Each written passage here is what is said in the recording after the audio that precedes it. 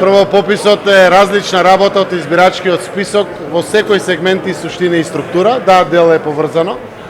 Прво, вкупниот број на граѓани се жители на државата, еден дел од граѓаните се државјани, ама се нерезиденти, односно живеат надвор од државата. Вториот податок е тоа што веројатно целата дијаспора не е попишана. Знам дека некаде околу 200.000 граѓани од дијаспората се попишани, а сите знаеме дека дијаспората е голема. Сите тие граѓани се државјани, како основ државјанство ги има со своји адреси овде и тие се во избирачките списоци. И од вкупната бројка која гледате, ја сваќате логиката зошто сме околу 1.800.000 гласачи, а еве 1.840.000 колку објави точно статистика, дека сме жители кои што живеат овде во државата. Така да, заедно со дијаспората, веројатно некаде 2.040.000 се попишани, но тоа што останува на само определба за попишување е кај дијаспората. Тука го гледаме делот на разликата на попишаните со вкупниот број на гласачи. И е логично.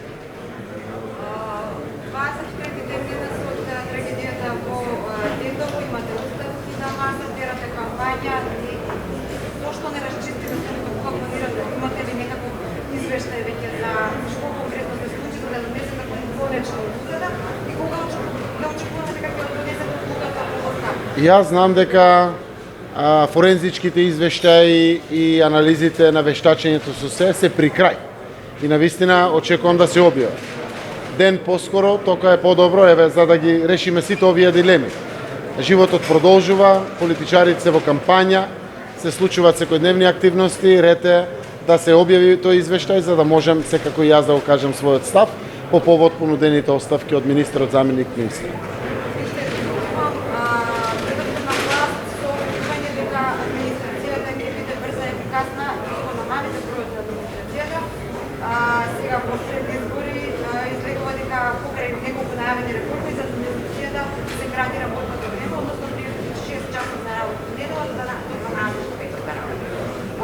Колку тоа не се против вашите ветувања, зошто само администрацијата што ќе направите за да биде и за приватниот сектор и за сите и конкретно на кого се однесува? Дали имате анализа за оваа реформа што ќе се прави, што планирано да се прави со предлог законот, скратување на работното време и дали се покажа дека администрацијата примање преработена, преуморна? Прво, ги знаете моите ставови и за севкупната продуктивност на населението и за севкупната продуктивност и ефикасност на администрацијата. Јавно зборувам за овие прашања. Прво, како народ треба повеќе да работиме, не помалку. Но како ветување предизборно на политичките партиципенти во власта, тоа е ставено на енер. И допрва се отвара дискусија за оваа прашање. И јас верувам дека граѓаните ќе си кажат тоа што е реалноста во државата. А реалноста е прво дека сите, ако сакаме швајцарски плати, треба да работиме многу повеќе од таа продуктивност што денеска имаме. Сите, еве, почнувајќи од себе, па секако до сите работници вработени и во приватниот и во јавниот сектор. Вториот дел, ефикасноста на јавната администрација е нешто кое што е сериозен фокус и мора да биде фокус. Видовме дека функционира целиот систем и со 37,8% на работа луѓе за време на брановите на пандемијата функционираше системот. И тоа го знаеме сите, се е транспарентно и се знае. Тоа само по себе кажува дека веќе постојните капацитети на администрацијата мора да бидат максимално искористени во таа полза и тоа треба да се случува, тоа е очекувањето на граѓаните. Но кога имате нешто отворено на НР систем, не соодветно премиерот да каже кои се очекувањата на граѓаните, туку граѓаните баш да си ги кажат своите очекувања. Владата внимателно слуша и верувам дека сите заедно ќе ги следиме тие очекувања на граѓаните. Мојот впечаток е дека граѓаните очекуваат прво администрацијата која што ја плаќат да работи поефикасно, а не помалку ефикасно. Тоа се моите очекувања, но секако кога доаѓаат барањата од граѓаните, впишани во одредени програми и мерки, должност е ние да ги представиме пред народот и народот да се изјасни. Иначе 165.000 беше администрацијата 2016 година, сега е 132.000. Фала Богу, конечно ги собравме сите податоци заради тоа што одредени институции беа запретени доцнење на плати ако не ги дадат самите податоци. Ги дадоа самите податоци, 132.000. Сакам да знаете сите дека во тој податок најголем дел од администрацијата се во јавните државни или комунални општински предпријатија, без полицијата во униформа, без здравствениот систем на доктори, сестри, медицински и болничари и без армијата. Некаде околу 15.000 луѓе работат во министерствата како јавна администрација, но работат многу во енергетските компании, во железничките компании, во патишта и во другите јавни предпријатија, како и во водовод, во чистоќа, во комуналните предпријатија на широм државата.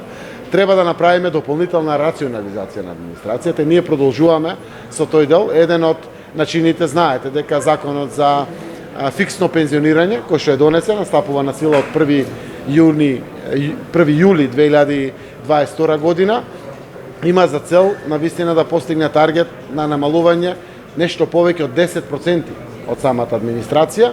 Секако некаде ќе се пополнат местата како што се соодветни учителки, наставници, кои што треба да ги држат часовите, но таму кај што е тоа во јавните предпријатија или јавната администрација, едноставно луѓе ќе заминат во пензија без да се пополнуват тие испразнети места. Една од најкрупните реформи, нешто што очекува и нашиот народ, не само заради Европската унија, е ефикасноста, професионализацијата и експедитивноста на јавната администрација, заради тоа што на крајот тоа значи подобар економски стандард и подобра економија за сите.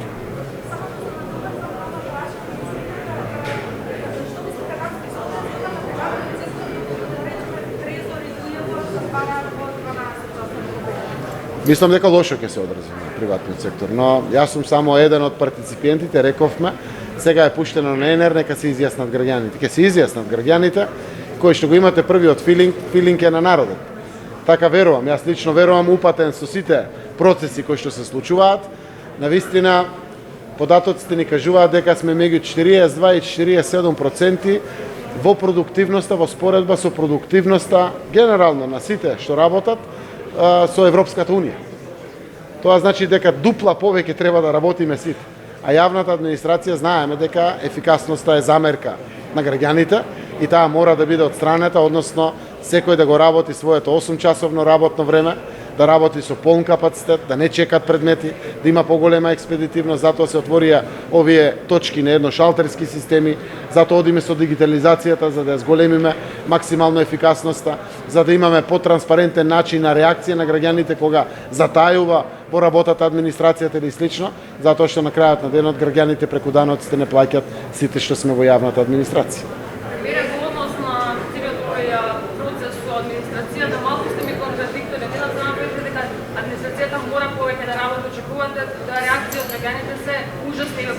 Социјалните мрежи вријат поради ваквата одлука. Од друга страна, видите дека е ставено на нели добра да ги слушате. Која е потребата тогаш да се носи една ваква мерка, да се намалува работно време на администрација, кои самите ведете треба да се работи? Дали мерката е популистична за добивање на гласовите подоцнаји? Јас мислам дека со тоа не се добива гласови. Тоа е мојот филинг со моето искуство кое што го имам во политиката. Кои собирате идеи за предизбори, имате граѓани кои ќе ви дават идеи од една крајност до друга крајност. Ма сите се граѓани. И кога ги прифаќате тие идеи, ги ставате во една програма, ред е да ги понудите на крајот во системот и во процесот на одлучување.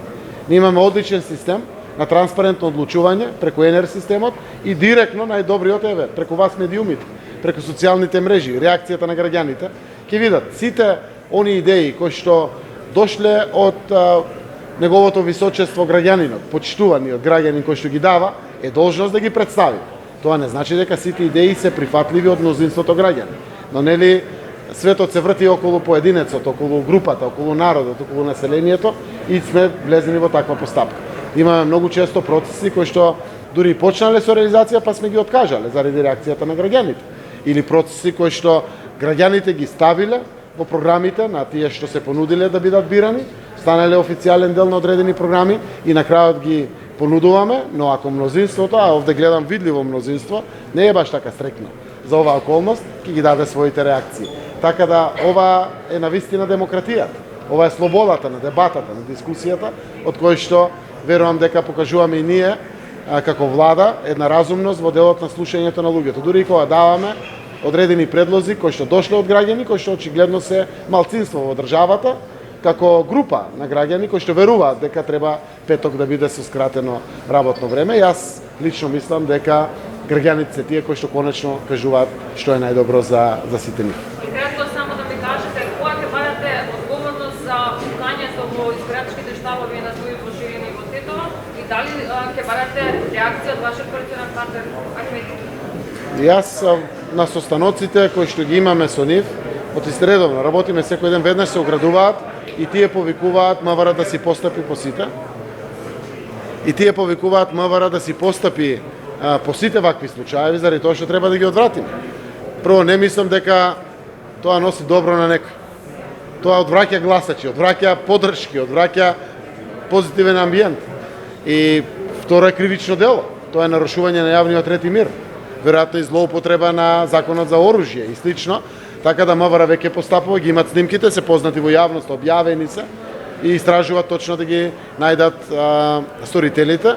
Јас апелирам до граѓаните кои што направиле снимка, го документирале тоа, да помогнат во истрагата. Буквално анонимно, не мора да се знаат, но да помогнат заради тоа што делот истрагата се води не само со анализа на самата снимка и фокусирање кој тоа го направил, туку треба и дополнително да се помогне за да се утврди идентитетот на одредена личност, група или слично.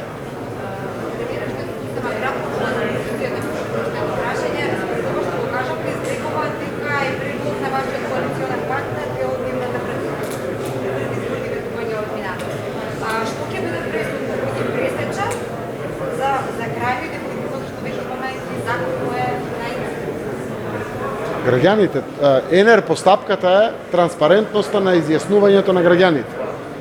Не мора некој нешто да ветил, не мора дури да има комплетна согласност за одредена идеја да биде представена пред граѓаните. Кога се работи за законски решенија, тоа е ЕНЕР механизмот на представување. И нашиот коалиционен партнер е сериозен партиципант и во парламентот и во владата. И секако имат право да ги проверат своите идеи и тоа имат право да го објават, посебно таму каде што добиле одговорност да раководат со одредени министерства. Јас го сваќам ова на вистина check and balance. Проверка на сето она што некој мисли дека е добра идеја. Знаете, можеме јас и вие теоретски за иста работа различно да размислуваме. И како граѓани. На крајот во демократијата се знае, мнозинството одлучува. Од кој ќе зависи од граѓаните. Ако пораките бидат кристално чисти, јасни дека ова не е добро, нормално дека нема да се продолжи. Ако бидат чисти дека ова е добро и треба да продолжи, ќе продолжи во постапката. На крајот се репрезентите и на граѓаните, од тие доаѓаат од политичките партии, но тие се пратеници на граѓаните и тие треба во име на граѓаните да кажат што е добро, што не, да биде гласано или да биде одбиено за гласање. А може да биде уште во самиот процес јасен сигнал да биде повлечен како законско решение. Дефинитивно намерата на нашиот коалиционен партнер е честна и искрена заради тоа што земале збор за ова прашање. А дали тоа било мнозинство или малцинство, сега ќе видиме при изјаснувањето на граѓаните. Фала ви многу.